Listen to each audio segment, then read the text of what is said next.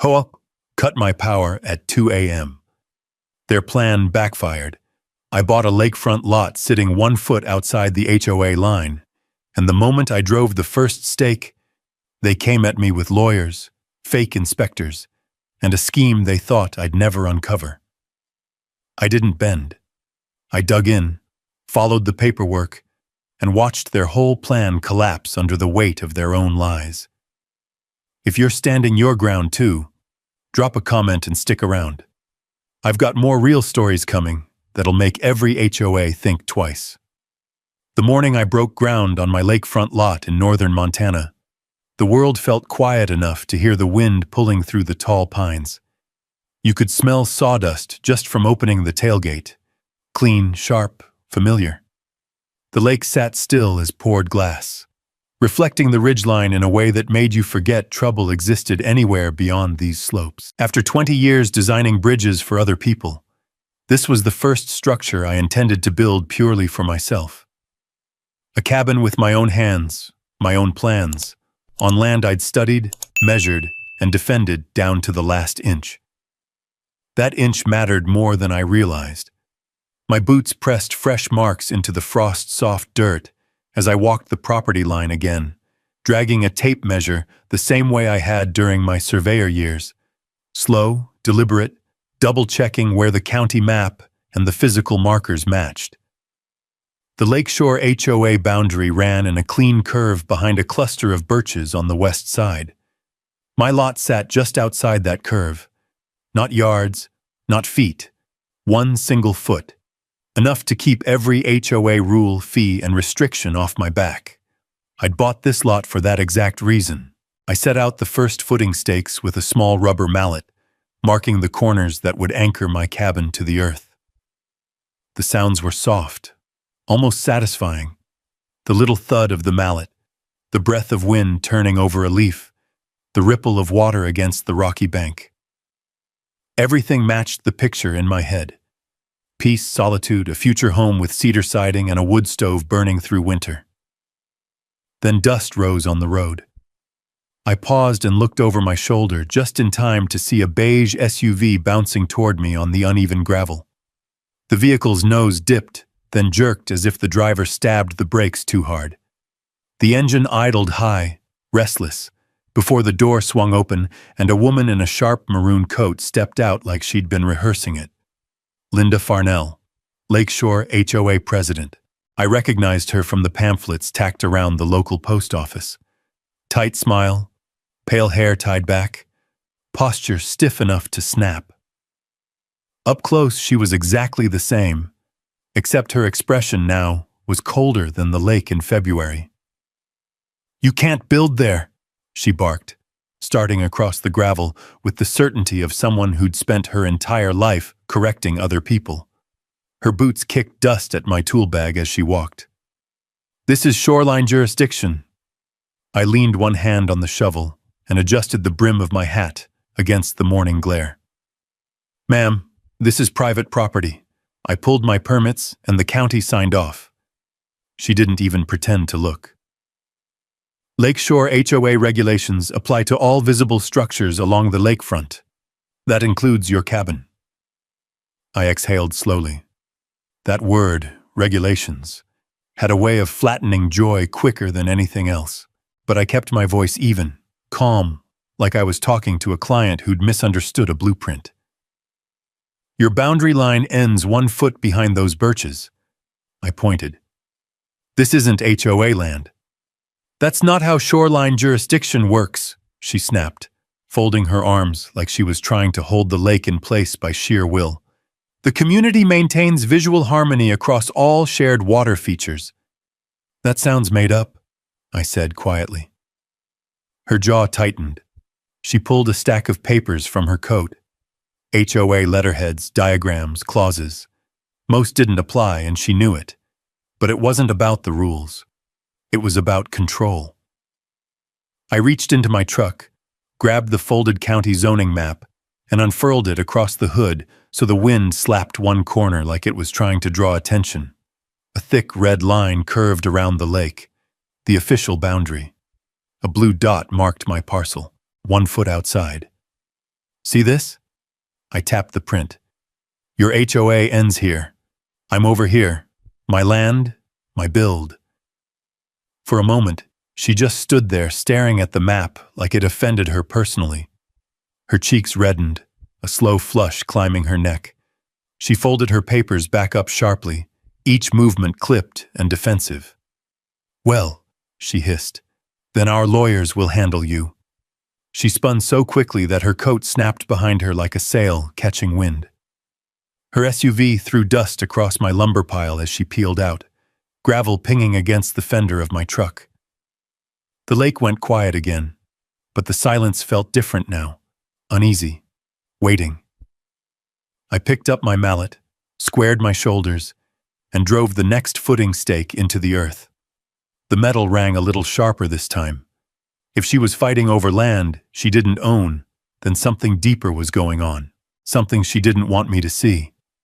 And I intended to find out exactly what. 3 days later, the quiet rhythm of early morning work was broken before I'd even stepped out of my truck. The sun was barely cresting over the ridge, painting the lake in soft gold, when I saw a shape standing upright in the middle of my dirt driveway. Not a person. Worse. A sign. A bright white violation notice staked into the ground like a warning marker on a battlefield. The Lakeshore HOA crest sat at the top in heavy blue ink, too official looking for something that had no legal right to be there.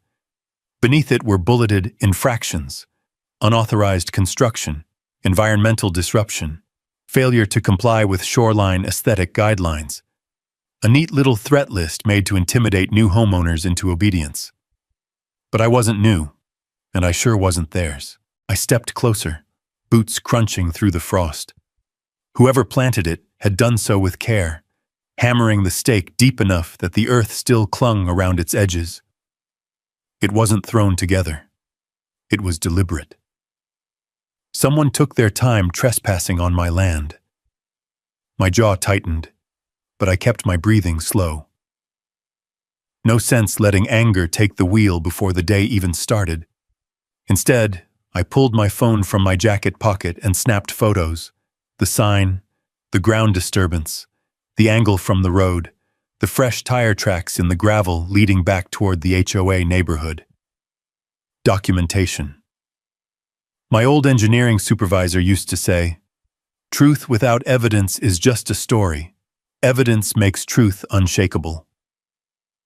I wasn't going to war with emotion. I was going to war with proof.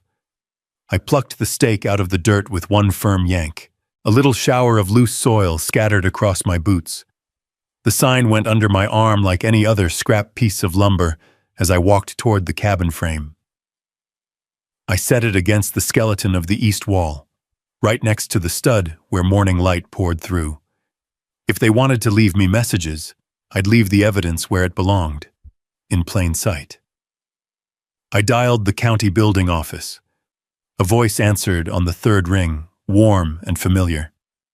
"Building compliance, this is Dave." "Morning, Dave, it's Cole Haverford." "Oh, hey, Cole. Cabin coming along?" "It was," I said, until the HOA decided to start playing sheriff. A rustle of papers, then a sigh. "What happened?" I told him everything. Finding the sign, the bogus list of violations, the fact that it was planted at least 100 feet outside their own jurisdiction. I could almost hear him shaking his head. "You're outside their authority," he said. "They can't issue notices on private parcels not deeded to the HOA." "They can't," I repeated, "but they did." That got his attention. "All right, I'll file an incident report. That crosses into impersonating a municipal authority." I heard keys clicking on his end. "I'll send a copy to the county attorney. They'll want to keep an eye on this." "Appreciate it. Stay sharp out there, Cole. They're persistent." Persistent was one word for it. The day carried on with the rhythm I'd hoped for, measuring joists, lifting beams into place, the smell of fresh lumber settling into the cold air. By late afternoon, the cabin's frame rose taller than before, and the structure had begun to look like more than just an idea. It had edges, weight, a presence. But something didn't feel right. A shifting in the air, like a storm building behind mountain peaks. I set down my hammer and scanned the tree line. Nothing moved. No animals, no wind. Just stillness. Too clean and too empty. By the time dusk settled in, turning the lake into a sheet of steel, I packed up my tools and locked the generator cage. The sky darkened early up here, and night dropped fast between the pines. I climbed into my truck, headlights cutting a narrow path along the gravel as I drove home. Around 9, as I sat at the small kitchen table in my rental house overlooking the valley, my trail cam app pinged. Motion detected. Front gate, 20 seconds ago. My chest tightened. I tapped the alert and watched as the footage loaded, a grainy night vision image at first, then clearer once the camera adjusted. A man walked into the frame, hood pulled low. He held a laminated sheet in his hand. He looked around once, twice, then bent down and planted something into the dirt. When he stood again, the reflective top of another HOA notice caught the moonlight. He didn't hurry. This wasn't a prankster. This was someone carrying out an assignment. The man walked back toward the road and disappeared. But the camera caught his build, his posture, the way he favored his right leg like there was stiffness in the left. I didn't know his name yet, but I'd recognize that frame again. I played the clip twice more, letting the details etch themselves into my memory. Then I stood, grabbed my notebook, and began writing. Date, time, description, evidence. My handwriting stayed steady. This wasn't about a notice. This was about intimidation. And intimidation meant one thing. They weren't done. I set the pen down and glanced out the window. The valley was dark, but in the far distance, faint lights flickered along the HOA-controlled lakeshore like a row of watchful eyes. "Who are you working for?" I murmured into the quiet. The answer was obvious. Linda wasn't acting alone. And whoever she'd sent to post those signs wasn't stopping until they believed they'd pushed me off my own land. They were mistaken. By the next morning, the frost had thinned and the early light spilled across the lake like someone had poured silver into the basin. I pulled into the driveway and noticed, with a tightening in my chest, fresh tire tracks cutting across the soft earth. Not the ones from last night. Different tread marks. Fresher, deeper. They hadn't wasted any time. I set down my thermos on the tailgate and listened. Nothing but the creak of pine branches shifting and the quiet lapping of water on the rocks. Still, the air had the feeling of having been disturbed. You could sense when someone had been somewhere they shouldn't. I unloaded my tools and started setting up to finish the cabin's east wall framing. But not even an hour passed before I heard engines again, this time 2 of them, rolling up the gravel with slow, deliberate caution. Not the angry, dust-kicking arrival Linda favored. This was different, controlled, measured, almost official sounding. 2 white SUVs eased into view. Both had magnetic signs slapped onto the doors. Lakeshore Compliance Division. Below that, a tagline, maintaining excellence since 1994. The logos were clean and polished. The authority behind them? Completely imaginary. The drivers stepped out in near-perfect sync. 2 men, early 40s maybe, wearing matching navy polos tucked tight into khaki pants, clipboards in hand, sunglasses reflective enough to catch the shape of my half-built cabin behind them. One cleared his throat. "Sir, we're here to conduct a shoreline compliance inspection." I wiped sawdust from my gloves. "You're trespassing." The taller one stepped forward, posture stiff. "We have the right to review all lakeside development that impacts the community's visual and environmental assets." I let out a slow breath through my nose. "You're quoting the wrong book. That rule applies only to parcels within the Lakeshore HOA boundary. This lot isn't one of them. Clipboard man number 2 adjusted his sunglasses. That's debatable. The association is in the process of reviewing extension clauses for shoreline protection. Extension clauses don't override deeds, I cut in. And they sure don't override county zoning law. They exchanged a look. Not fear, not surprise. Annoyance. Like I'd interrupted a routine script they'd used on other homeowners. I walked to my truck, grabbed the rolled county map I'd laminated for weatherproofing, and spread it across my tailgate. The wind nudged the edges, but the bold red HOA boundary line held clear and undeniable. Here, I said, tapping the map. Your border ends 1 foot behind those birches. The property you're standing on is mine, completely outside your purview. The shorter man shifted his weight, scuffing the dirt with his shoe. The HOA doesn't recognize that interpretation. I barked a humorless laugh. You don't get to recognize or not recognize county surveys. They exist whether you like them or not. Silence. Even the lake seemed to pause, waiting. I reached into the cab of my truck and pulled out a fresh, crisp folder I'd assembled the night before. County codes printed, highlighted, tagged with sticky notes. I'd stayed up past midnight reading statutes I hadn't looked at since my engineering days, making sure I was armed with more than instinct. I held out the folder. Read this before you come back. Or better yet, don't come back at all. Neither man reached for it. From the ridge above the tree line, I heard boots crunching on gravel. I turned to see Nora Deegan making her way down the slope, carrying a box of bolts I'd ordered through her sawmill. Her auburn braid swung behind her like a rope in the wind, and she walked with the relaxed confidence of someone used to hauling lumber for a living. She took one look at the 2 men and stopped short. What's this circus? Compliance inspection, the tall one said stiffly. On his land? Nora snorted. You've got to be kidding. You boys even know whose driveway you're standing in? They stiffened, but said nothing. She stepped closer to me and lowered her voice. Cole, these are the same types who roughed up the Petersons last year. HOA bullied them with fake fines until they sold their house for pennies. I frowned. I thought the Petersons moved voluntarily.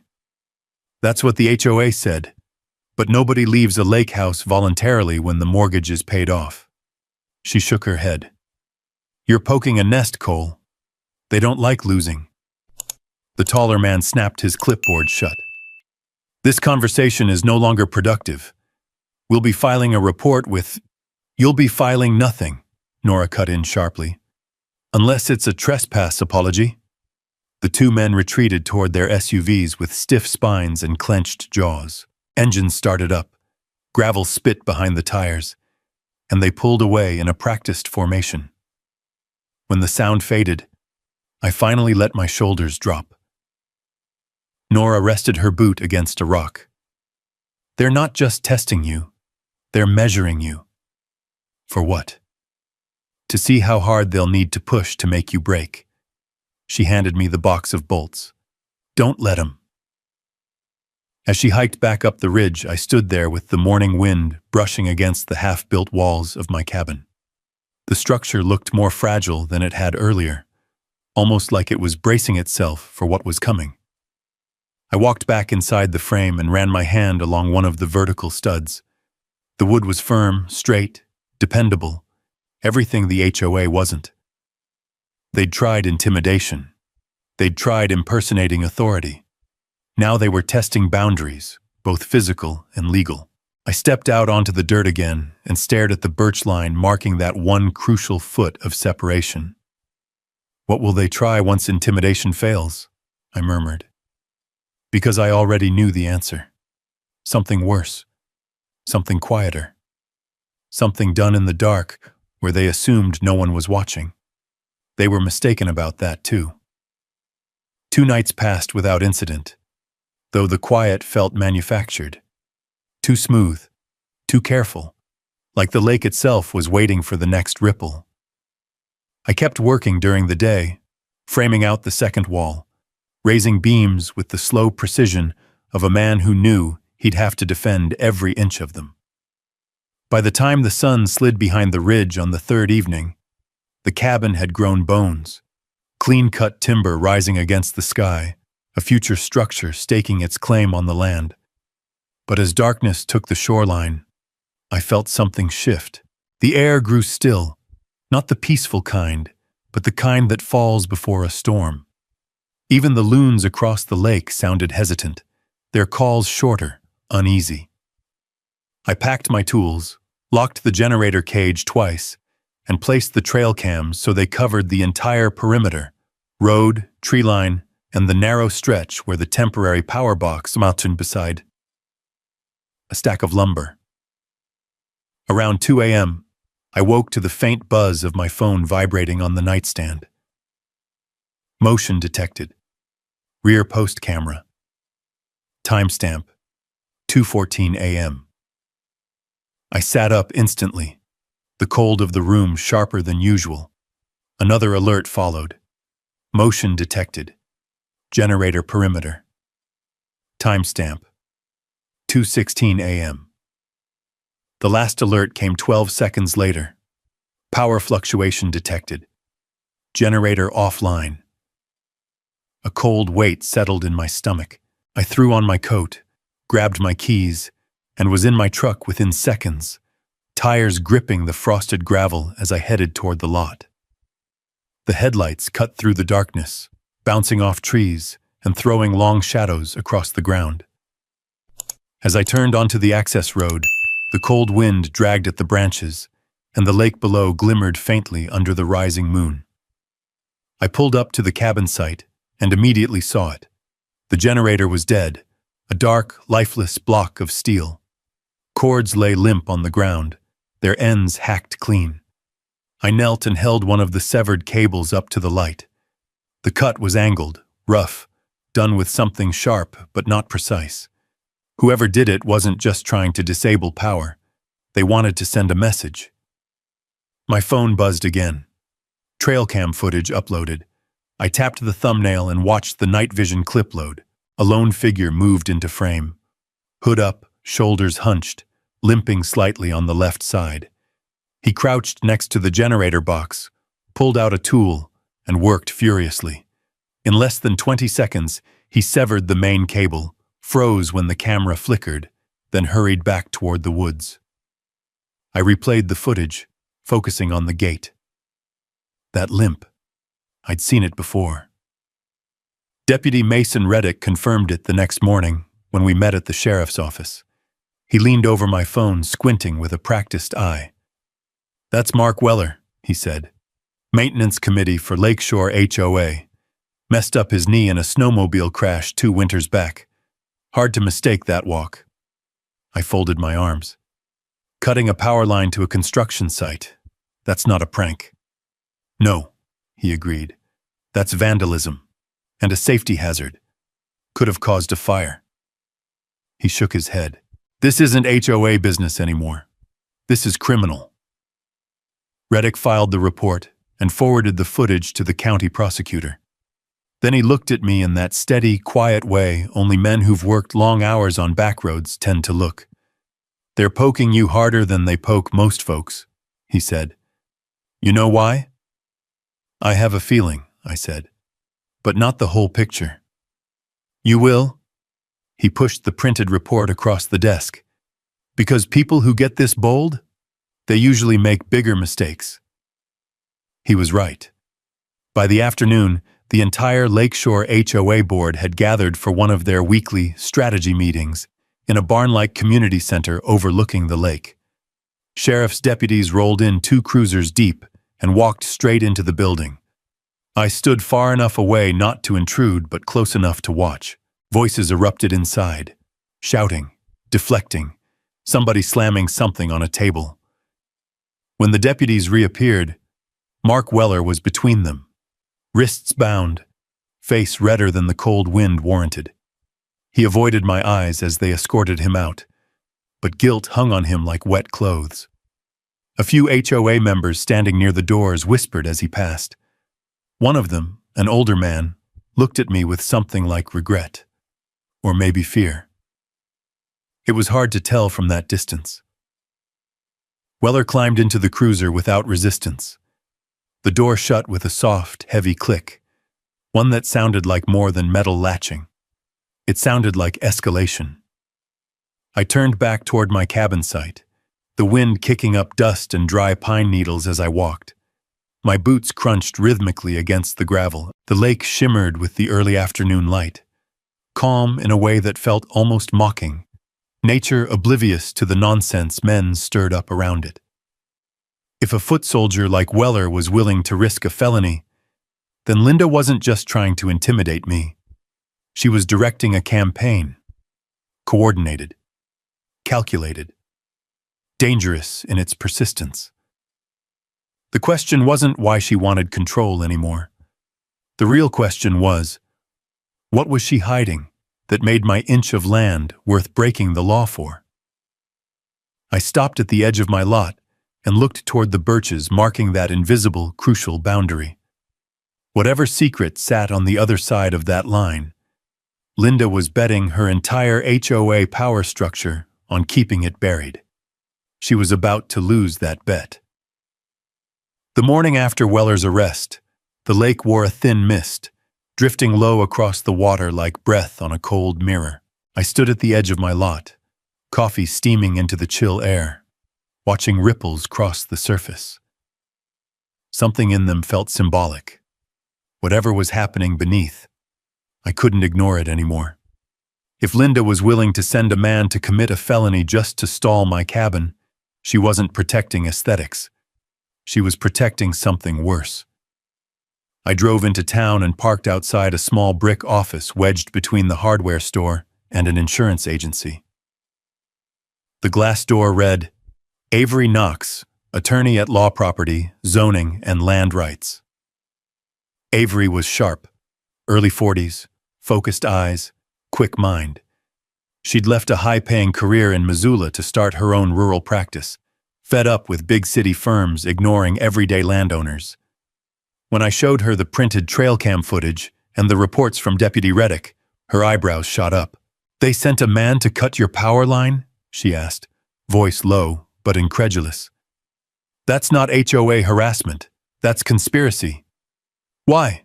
What are they trying to gain? Avery pulled my county parcel map closer, tracing the boundary line with her pen. The HOA's authority ends here, and you're building here. 1 foot on the safe side. Exactly why I bought it, she nodded. So what does Lakeshore HOA gain by claiming you're inside theirs? That's what I need to find out. Avery leaned back in her chair. Then we start digging. For the next 2 hours, she combed through county public records with an intensity only seasoned attorneys and puzzle solvers possess. The tap of her keyboard filled the quiet office as laminated maps and printed documents spread across her desk like a paper storm. Then she froze. Cole, she said, sliding a form toward me. Take a look. I scanned the header. Petition for Environmental Impact Review. Lakeshore Section 7 Expansion. The filing date was 6 weeks ago. The description listed undeveloped shoreline parcels adjacent to the Lakeshore HOA boundary, subject to community oversight due to environmental sensitivity. My lot. Every detail matched my land.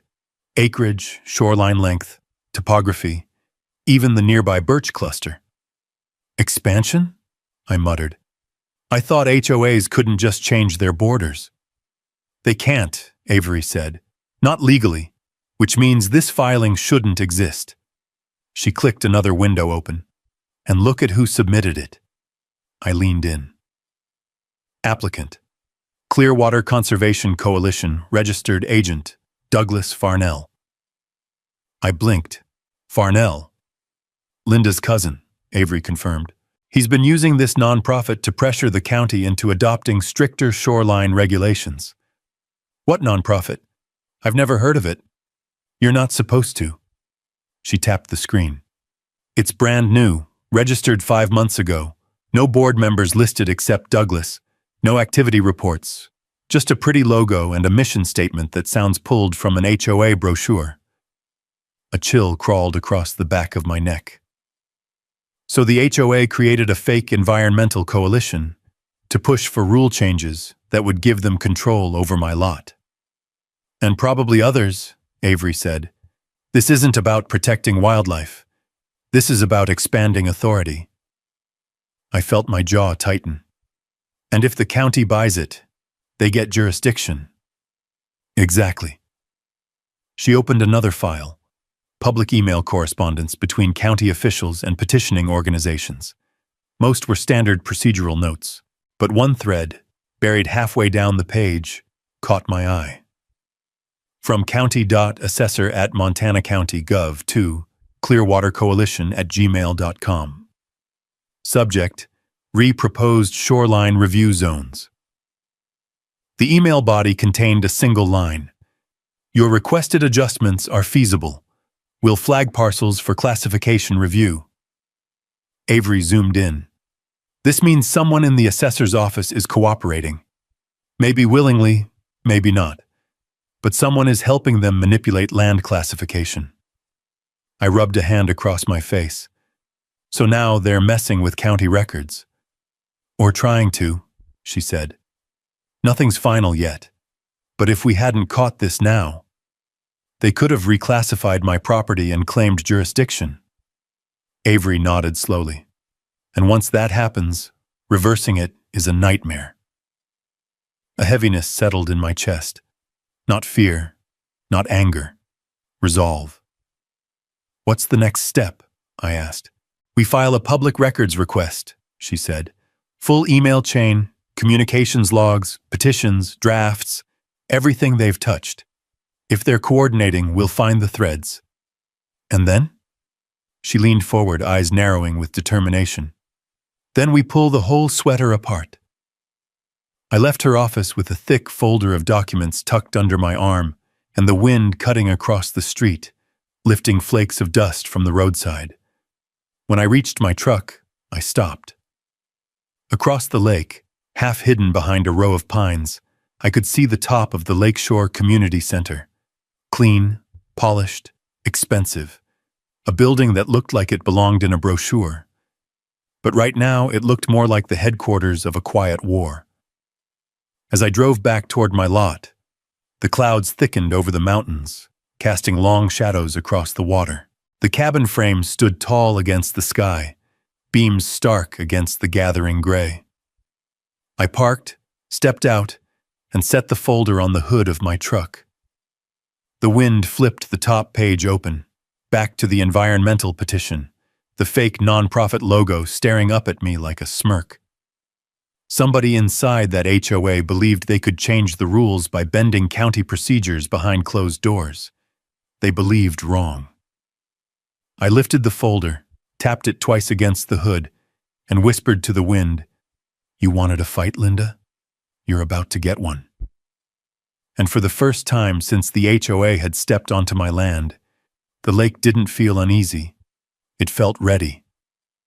By the next morning, the clouds had rolled low over the ridge, sitting heavy like they were thinking about dropping snow. The air held that brittle stillness you only get in Montana right before winter decides to show teeth. I walked the perimeter of my lot with the same slow, deliberate steps I'd used during my engineering days surveying bridge sites, checking for new disturbances in the dirt, broken branches, anything out of place. Nothing. To nothing. It was the kind of calm that meant someone had changed tactics. I got back to the cabin frame and was tightening a row of joist hangers when a white sedan I didn't recognize pulled onto the gravel. It wasn't HOA. Too plain, too government issue. The driver got out, expression polite but unreadable, and handed me a sealed envelope. "Delivery for Mr. Haverford," he said, offering a quick nod before turning back to his car. No signature required. No explanation. Just a white envelope thick with bad news. I tore the seal open with a thumb. Inside was a single-page letter printed in unremarkable county formatting. Simple font, no highlighted warnings, no bolded threats.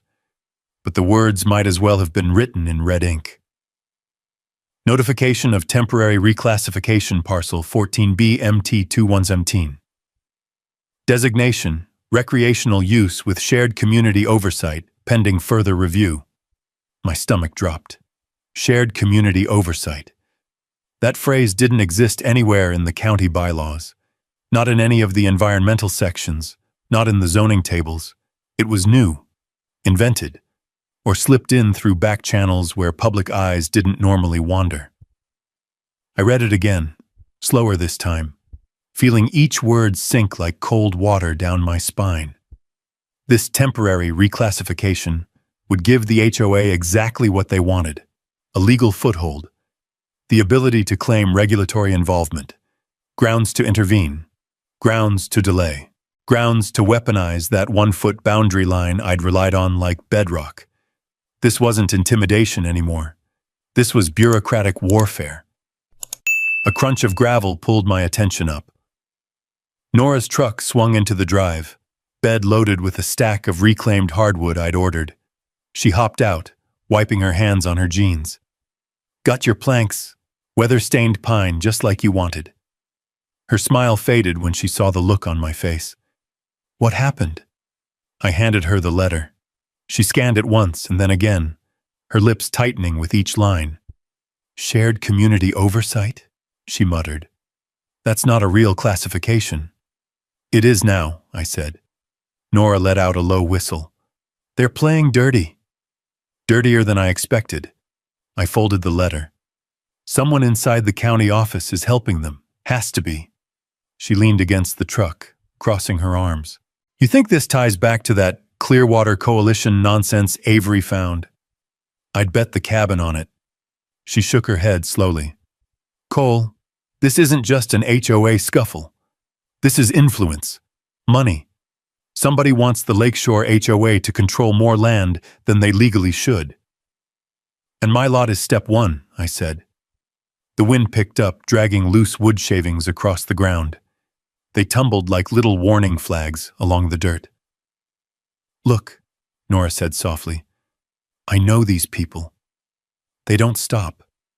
They just change methods. You push back, they push harder. You call the sheriff, they call a committee. If they dragged the county into this, it means Linda has someone pulling strings for her." My jaw tightened. But strings leave fingerprints. I drove straight to Avery's office, the letter lying on the passenger seat like a loaded weapon. When I walked in, she took one look at my expression and said, "Tell me." I handed her the paper. She read it slowly, eyebrows drawing together with each word. "Oh, they're bold," she whispered. "Very bold." "Can they do this?" I asked. "No," she said immediately. "But they're trying to make it look like they can." "Why now?" "Because your lot is the keystone," she said, turning to her computer. "If they can force reclassification on you, they can claim authority over the entire South Shoreline. That means dues, that means fines, that means control." She clicked rapidly through databases until a document loaded, meeting minutes from last month's County Land Use Committee. "There," she said, pointing at the bottom, "buried in the discussion about wildlife corridors." I read the line aloud. "Submitted by Clearwater Conservation Coalition. Recommendation to review overlooked shoreline parcels for shared community impact." My fist curled. "That coalition is fake," I said. "They don't care," Avery replied. "All they need is a single county staffer willing to forward their paperwork, and they can slip their language into a hearing packet unnoticed." "And someone did," I said. "Assessor's office." She nodded. "The question now is who?" A heavy silence settled between us, broken only by the tapping of Avery's fingers against the desktop. Finally, she spoke. "We need every email between the Assessor's office and Clearwater Coalition, every draft, every attachment, every timestamp. If they coordinated, we'll find the trail. And if we do..." Avery leaned back, eyes hard. "Then we stop the reclassification before it sticks, and we take the HOA down with it." I stepped outside into the cold afternoon air, the sky darkening over the ridge.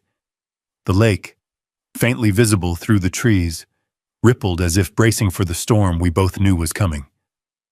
My cabin frame stood firm against the wind, wood creaking like bones settling into place. I lifted the letter again, letting the breeze tug at its edges. "How deep does the conspiracy go?" I murmured.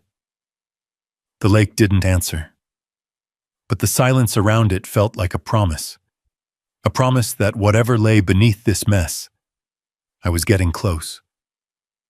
Too close for Linda's comfort. Too close for Linda's comfort. And that meant the real fight had only just begun. 2 days after the reclassification letter arrived, the weather turned sharp. A thin frost coated the pine needles, and the lake's surface shimmered with that dark metallic stillness that always hinted at snow in the Montana high country. I spent the morning reinforcing the cabin's temporary bracing, driving nails through cold lumber while the wind curled around the beams like a living thing. Around noon, Avery called. "Cole," she said without preamble, her voice clipped with urgency. "The subpoena came through. We have access." "To what?" "To the HOA's internal communications." A slow, controlled breath left my lungs. "And?" "I need you in my office, now."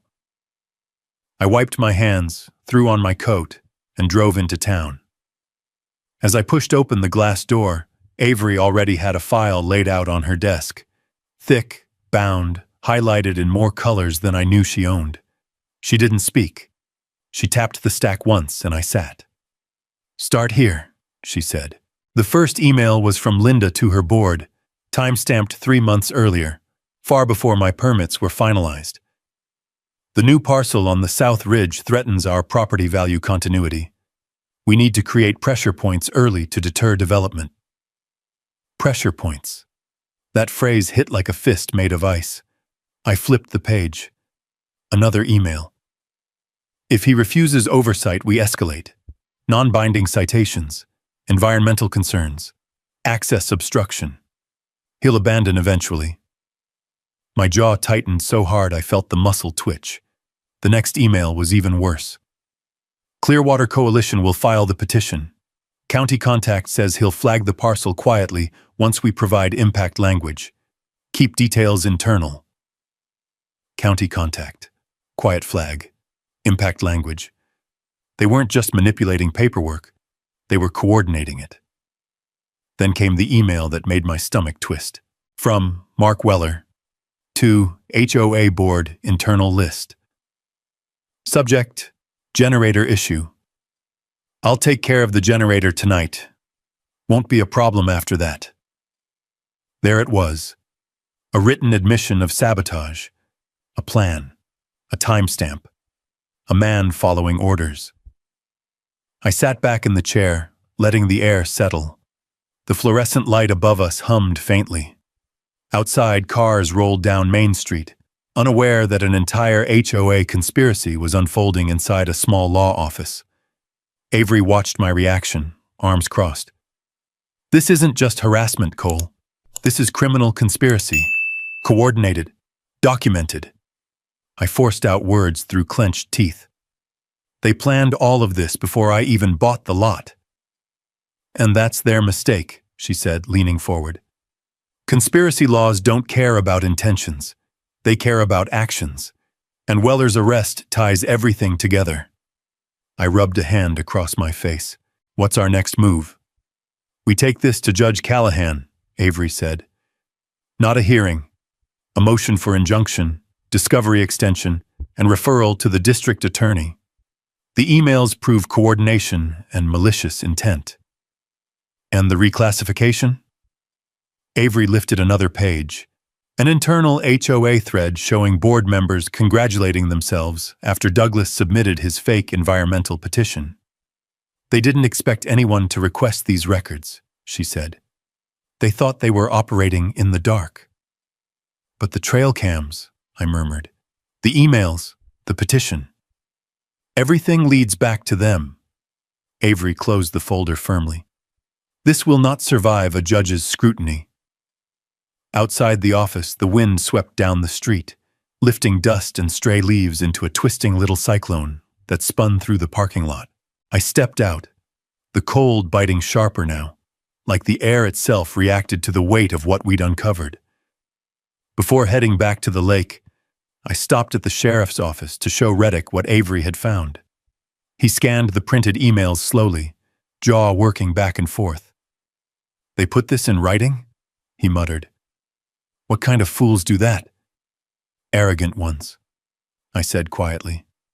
He shook his head. "You bring this to Callahan, she'll lose it. She hates when local boards pretend they're government." "I know," I said. "That's why this is going to hit them hard." When I returned to my lot, the light was fading. The cabin frame stood tall against the dusk, beams catching the amber glow from the sinking sun. I walked up the slope, set my tools down, and just stood there a moment, listening to the lake steady and unshaken, as if waiting for the storm to crest. For the first time, the weight of the fight felt different, not like harassment pressing in from all sides, but like justice leaning slowly, powerfully in my direction. They had planned pressure points. They had planned intimidation. They had planned sabotage. But what they hadn't planned for was documentation. And the moment Judge Callahan saw those emails, everything the HOA had built, the lies, the arrogance, the quiet manipulations, would crumble. I looked up at the ridge where the pines stood dark and silent, and whispered to the cold wind, "What will the judge say when she sees this?" The lake didn't answer. It didn't have to. The evidence would speak for itself. 3 days later, the sun rose behind a thin curtain of low clouds, turning the lake the color of burnished steel. I stood on my porchless cabin frame, sipping burnt coffee from a metal thermos, while the wind pushed sawdust across the ground in slow spirals. Today wasn't for building. Today was for court. Avery met me outside the county courthouse, a squat, sandstone building with a roof darkened by years of weather and pine smoke drifting from nearby chimneys. She wore a charcoal suit and held a leather binder thick enough to stop a stray bullet. "You ready?" she asked. "As I'll ever be." We walked through the double doors, the warm, dusty scent of old law books greeting us like a familiar warning. The hallway echoed with boot steps, mine and Avery's slow and measured, the HOA contingent's fast and nervous. Linda stood with her attorney at the far end, posture rigid, pale hair pulled tight as wire. She avoided my eyes, which told me everything. Guilt always looks away first. Inside courtroom 3B, Judge Ruth Callahan presided from the bench. She was a tall woman with a stern face softened only by the faintest hint of silver hair escaping her bun. Her reputation was well known across Montana. Absolutely fair, absolutely unforgiving of arrogance. The clerk called our case. Petition for injunction and motion for referral.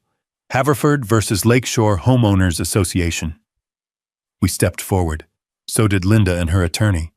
The wood-paneled room felt tighter than it should have, as if the building itself was holding its breath. Avery began. "Your Honor, our motion concerns coordinated harassment, falsified jurisdictional claims, attempted property annexation, and criminal sabotage." She placed the binder on the evidence table with a solid thump. "All supported by written communication." Linda's attorney rose, his voice as smooth as oiled gravel. "Your Honor, the HOA was merely enforcing aesthetic guidelines to maintain community values. Any misunderstandings were unintentional and—" "Unintentional?" Avery's voice cut through the air. "Then perhaps you can explain these." She flipped open the binder, sliding several papers toward the judge, printed emails, highlighted lines, timestamps.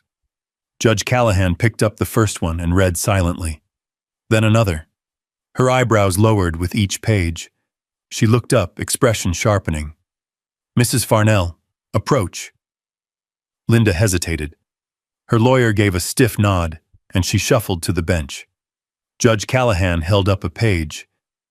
You instructed your board to create pressure points and stall construction by any necessary avenue. Did you write this? Linda opened her mouth, closed it, then forced out. It was taken out of context. The judge moved to another email. And this? Clearwater Coalition will provide language for extended shoreline oversight. Were you aware the coalition is registered to your cousin? Linda's face drained of color. They're an environmental group. Mrs. Farnell, the judge said, tone flattening. They have no documented activity, no board, and share a mailing address with your HOA meeting hall.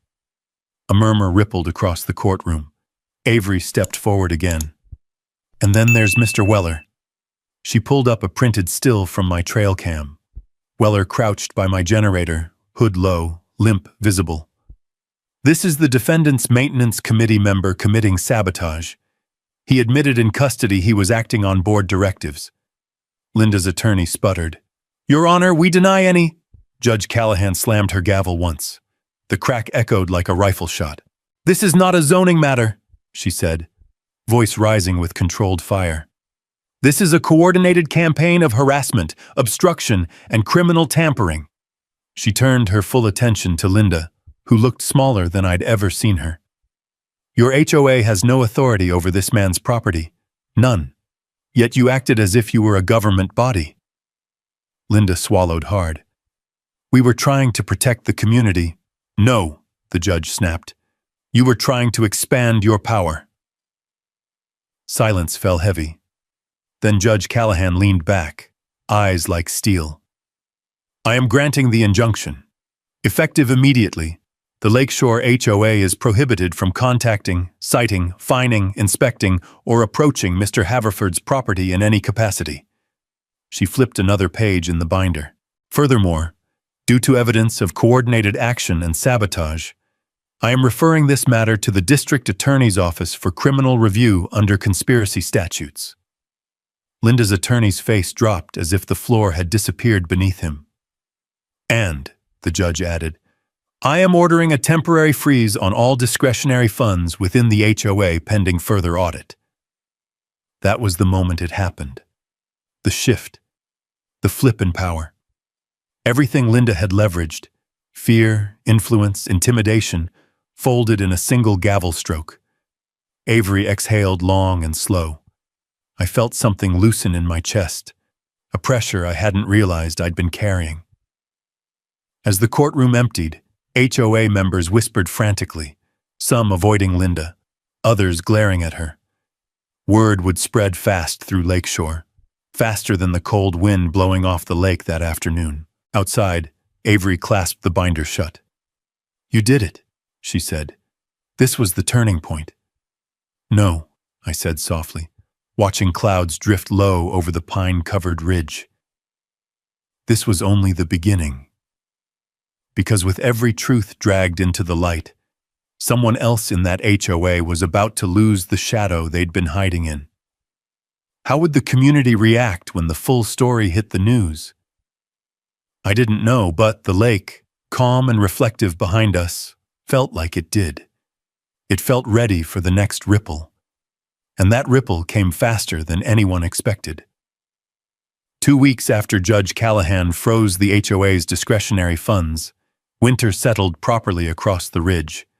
Frost clung to every pine needle at sunrise, and the lake skimmed over with a thin crust of ice that crackled when the temperature shifted. I spent the early mornings sanding interior beams, the rhythmic scrape of paper against cedar echoing through the half-finished cabin. For the first time in months, there was peace. But peace never lasts long when corruption is cornered. Late on a Wednesday morning, as I was fitting the last roof panel into place, a county vehicle pulled up along my gravel drive. Not an unmarked sedan this time. The seal of the Montana Department of Public Integrity glinted on the side door. 2 investigators stepped out. One older, long coat, silver hair. The other younger, carrying a briefcase with reinforced corners. They introduced themselves simply as state review agents. They weren't here for me. We're looking into the financial practices of the Lakeshore HOA, the older one said. Specifically discretionary spending, consulting fees, and vendor contracts. I nodded. Judge Callahan's orders. Yes, he replied. And your case, it opened more doors than you think. They asked to review the HOA-related materials I had. Copies of emails, timestamps, the Clearwater Coalition filings Avery had uncovered. I led them to my truck and handed over a folder I'd prepared. They sifted through it, faces tightening as they read. This, the younger agent said, tapping a page, connects directly to a vendor audit we initiated last year. He looked at me. We think you're sitting on the thread that unravels the whole sweater. What kind of vendor? I asked. A landscaping contractor the HOA used for shoreline beautification and erosion control. Large sums, very little evidence of actual work performed. The cold wind picked up, scattering wood shavings across the dirt like tiny white feathers. Let me guess, I said. It's tied to the HOA president's family. The older agent nodded grimly. Douglas Farnell, registered manager. No real business address. No equipment loans. No employee records. My chest tightened. And they funneled money through it. We believe so, he said. But we need to confirm it. They stepped back toward their car. We'll be in touch. And just like that, the quiet morning had cracked open, revealing something much larger beneath. A week later, it all came to a head. Avery called just after sunrise. Her voice buzzed with an energy I'd never heard from her. Cole, turn on the local news. Now. I grabbed the remote. The morning broadcast flickered to life. The camera pointed at the Lakeshore HOA Community Center. Its polished wooden sign covered in frost, blue and white police lights flashing softly in the background. A reporter stood bundled in a heavy coat, breath misting in front of her. An ongoing investigation has resulted in multiple arrests connected to the Lakeshore Homeowners Association. Authorities say new evidence has revealed a secondary ledger showing unreported payments totaling more than $180,000. My hand froze on the remote. The reporter continued. The funds appear to have been directed through a shell company managed by Douglas Farnell, cousin of HOA President Linda Farnell. Investigators allege the HOA used false environmental filings to justify expansion and to channel funds into fraudulent vendor contracts. The camera panned. 2 men in handcuffs were being escorted out. One I recognized as Douglas. The other, the HOA treasurer. But then, Linda stepped outside. Her face was pale, stiff as chiseled marble, her hands trembling as a pair of deputies approached. She wasn't handcuffed, not yet, but she wasn't allowed to walk freely either. Reporters swarmed her with questions. Mrs. Farnell, did you authorize the fake nonprofit? Did you instruct board members to sabotage private property? Were you aware of the illegal payments? Her lips moved, but the wind stole her words. Her eyes, sharp, cold, always calculating, were different now, hollow, unsteady, as if the ground she'd ruled for years had suddenly vanished beneath her feet. Avery's voice came back through the phone. The DA's office is filing charges, fraud, conspiracy, financial misconduct, and they've linked the Clearwater Coalition filing directly to her husband. Husband? I said. I thought it was her cousin. Both, Avery replied. Turns out they layered it. Douglas submitted filings. Her husband handled logistics. They looped half their family into this mess. Then Avery added, voice softening. Cole, this isn't just a win. This is a collapse. I stood at the window, the early sunlight cutting long shadows across the snow-dusted clearing. My half-finished cabin glowed faintly under the cold light, each beam and board standing steady like a testament to resisting pressure. And the HOA, once loud, invasive, relentless, was now unraveling faster than the ice melting on the lake at noon. 2 hours later, I drove into town for supplies. As I passed the lakeshore entrance, I saw clusters of residents gathered in small knots, talking quietly, Their faces held more confusion than anger, more disappointment than fear. A few nodded at me, not smiles, not waves, just quiet acknowledgments. The first crack in their leadership had become a fracture. By afternoon, Deputy Reddick pulled his truck next to mine at the hardware store. He climbed out, tugging his hat down against the wind. "Got news for you," he said. "The state's filing additional charges." "What kind?" "Racketeering." The word landed like a fallen beam. I stared at him. "An HOA? Racketeering?" "Apparently it's more common than folks like to admit," he said. "But yours, this might be one of the biggest cases this region's seen." He leaned against the truck, lowering his voice.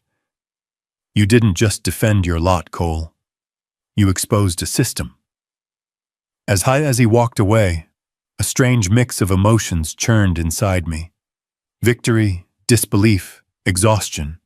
The kind of exhaustion that only comes after months of fighting a battle you never wanted in the first place. On the drive back to the lake, snow began to fall, thin flakes drifting down like pieces of quiet settling over the valley. When I pulled up to my lot, the cabin stood tall against the ridge, wood darkened slightly by the damp, windows reflecting the pale sky. I stepped out of the truck, listening to the wind move through the pines. "What becomes of the lake community now?" I muttered to myself. Because the HOA that once ruled it with intimidation and hidden agendas was no longer intact, and the people who lived under its shadow? They were about to see what life looked like without the iron grip of a corrupt board. A chill ran down my spine, not from the cold, but from the sudden realization. This wasn't just a chapter ending, it was the beginning of a reckoning. And every ripple the lake had held in its stillness was now turning into a wave. Within days, the lakeshore community transformed. The once manicured, self-important HOA board had crumbled like wet paper under the weight of its own schemes. Residents who'd once spoken through forced smiles now gathered in small, cautious circles, voices hushed, as if speaking too loudly might summon the ghosts of the old leadership. The snow deepened across the ridge, laying a soft blanket over the pines and muting every sound. The lake froze into a sheet of white opal, its surface so still it looked like glass set on the world's quietest table. It was the kind of quiet Montana only offers after a storm, a pause that feels earned. As the legal dust settled, I turned back to the thing that had started it all, my cabin. I spent the next month finishing it, beam by beam, board by board, nail by nail, until the skeletal frame became a home. Nora came by on weekends to help me sand the floors and install the hardwood she'd delivered. The scent of pine filled the space, mixing with the cold winter air drifting through open window frames. By the time we varnished the last stair rail, the place felt less like a project and more like a promise fulfilled. One night, while snowflakes drifted outside like falling stars, I sat for the first time in front of the cabin's new wood stove. The crackling fire illuminated the fresh cedar walls, casting warm, dancing shadows across the room. That's when my phone buzzed, a number I didn't recognize. I answered. "Haverford." A tired voice spoke. "Mr. Haverford? This is Calvin Rhymes, the new interim president of the Lakeshore Association." I paused. "Interim president?" "Yes," he said with a weary exhale. "We're cleaning house, literally and figuratively. The board voted to remove 3 members this week. We dissolved the old committees, too." I nodded even though he couldn't see it. "That's a start." "We'd like—" He hesitated, searching for the right words. "We'd like you to come to the next community meeting. Talk about what happened. Help us understand what needs to change." I leaned back in the chair, listening to the fire crackle. "I'm not part of Lakeshore," I said. "I know. That's why we need you." His honesty disarmed me. There was no smugness, no power play, just the sound of a man trying to patch a community torn apart from the inside. "I'll come," I said finally, "but I won't sugarcoat anything." "That's exactly why we're asking." The meeting took place a week later in the same building where Weller had been arrested, the Lakeshore Community Center. Snow clung to the roof, glowing orange under the exterior lights. Residents filed inside slowly, wearing coats sprinkled with frost, their faces lined with worry and hope in equal measure. When it was my turn to speak, I walked to the front of the room. The murmurs quieted. The heaters hummed along the walls, blowing warm air into a space that had grown used to cold leadership. I didn't raise my voice. I didn't need to. I told them the truth, every step of what the HOA had done. The fake notices, the impersonation of authority, the sabotage, the hidden emails, the Clearwater Coalition, the fraudulent vendor, the ledger, the family involvement, the arrests. Every page of Avery's evidence binder translated into words the community could feel. When I finished, silence fell hard. Then a slow clap started from the back. One person, then another. Soon the whole room echoed with applause, not loud, not triumphant, but grateful, a release they'd been waiting years for. I didn't stay for the rest. I stepped outside into the cold night air, letting the quiet settle back into my bones. On my walk to the truck, a woman in a faded hiking jacket stopped me at the door. She must have been in her 60s, gray hair tucked under a wool cap, eyes soft but steady. "You fought back," she said. "Most people don't." "I had time," I said, "and the receipts." She smiled, a small, knowing smile. "You made them wish they'd never found your name." She walked off before I could reply. Back at the cabin, I pulled a chair out onto the deck, now finished with strong beams and lined with fresh lumber. The lake stretched out below, half frozen, reflecting the moonlight in thin, shimmering patches. No threats, no notices, no headlights creeping in the night. Just peace earned, fought for, and finally mine. But the story wasn't done. A week later, a uniformed courier arrived at my door with a letter from the state auditor's office. The wind tugged at the envelope as I opened it. Due to evidence of systemic financial misconduct, Lakeshore HOA is placed under formal state oversight pending full audit. All discretionary spending accounts remain frozen. I didn't celebrate. I just let the words sink in. 2 days later, Avery called. "They found more," she said. "A second ledger. Over 200,000 laundered through inflated vendor contracts. And one of the vendors, Douglas's cousin, doesn't even have an office. Just an empty lot." "That fits the pattern," I said quietly. "The AG's office is opening a racketeering case." The wooden bench creaked as I sank onto it, staring at the white expanse of the lake. "All this," I murmured, "because they couldn't stand someone building a cabin they didn't control." "Power hates losing," she said, "especially when it's built on fraud." Weeks later, the county held an auction for the vacant lot tied to the fake landscaping company. No one wanted it. The community was sick of anything connected to the scandal. I bought it for a few $1,000s. Not because I needed more land, but because I wanted to make sure nobody ever used it for anything but good. I built a simple fishing spot. One bench, one trash can, a small wooden sign that read, "No dues, no rules, just respect." Families came on weekends, kids with tangled lines, grandfathers with old tackle boxes, new residents who finally felt like their lake belonged to them again. One morning, early summer sun glinting off the thawed water, I found an envelope slipped behind my cabin door. No return address. Inside was a single sheet of lined paper. "We were wrong. You stood your ground. Thank you." Unsigned. I folded it once and placed it with my old deed papers, not for safekeeping, but to remember the simple truth it carried. Justice doesn't roar. Justice doesn't threaten. Justice settles, quietly, like the lake after a long storm. And standing there on my deck, watching the water ripple under the warm Montana wind, I realized something. The cabin hadn't just become my home. It had become the line, the 1 foot of land that proved even the biggest HOA couldn't outrun the truth. And the truth would always win, so long as someone was willing to fight for it. If you've ever had to stand your ground, drop a simple justice in the comments so folks know they're not alone out there. And if you want more stories about ordinary people holding the line with nothing but grit and the law on their side, go on and subscribe. I'd be glad to have you here for the next one.